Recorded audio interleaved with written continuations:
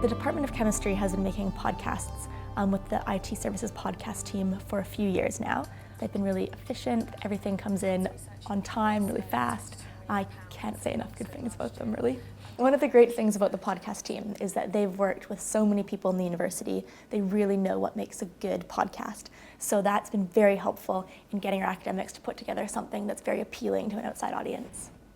I was also impressed as well at just how flexible sort of particularly Karen from IT Services was, yes. Because the discussions we were having were in the autumn when we were still developing the sessions, yes. And I think they were able to work with that and yes. to still sort of pull out the key things that we were trying to get across in those films. Yes. They were very good at sort of being able to get people to talk and to get yes. some nice footage, yes. both at the museum and at school.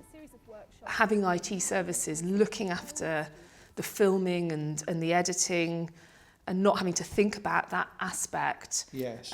Really allowed us to then concentrate on the learning and the students' experience. Yes. I was surprised as well with Josh's graphics because I hadn't expected that, the drawings of the iPads and the music. That whole editing process yes. really packaged it into something really sort of eye-catching. It did, yes. It was a very professional product, I thought, at the end of the day.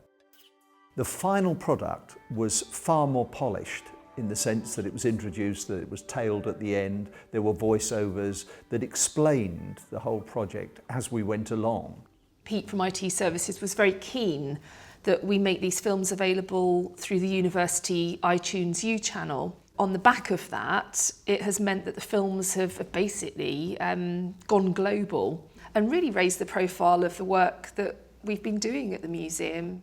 Another nice surprise working with IT Services is they had that relationship with Apple, so they were able to promote digital sketchbooks, which resulted in Apple then promoting our project, Digital Sketchbooks, in the big banner.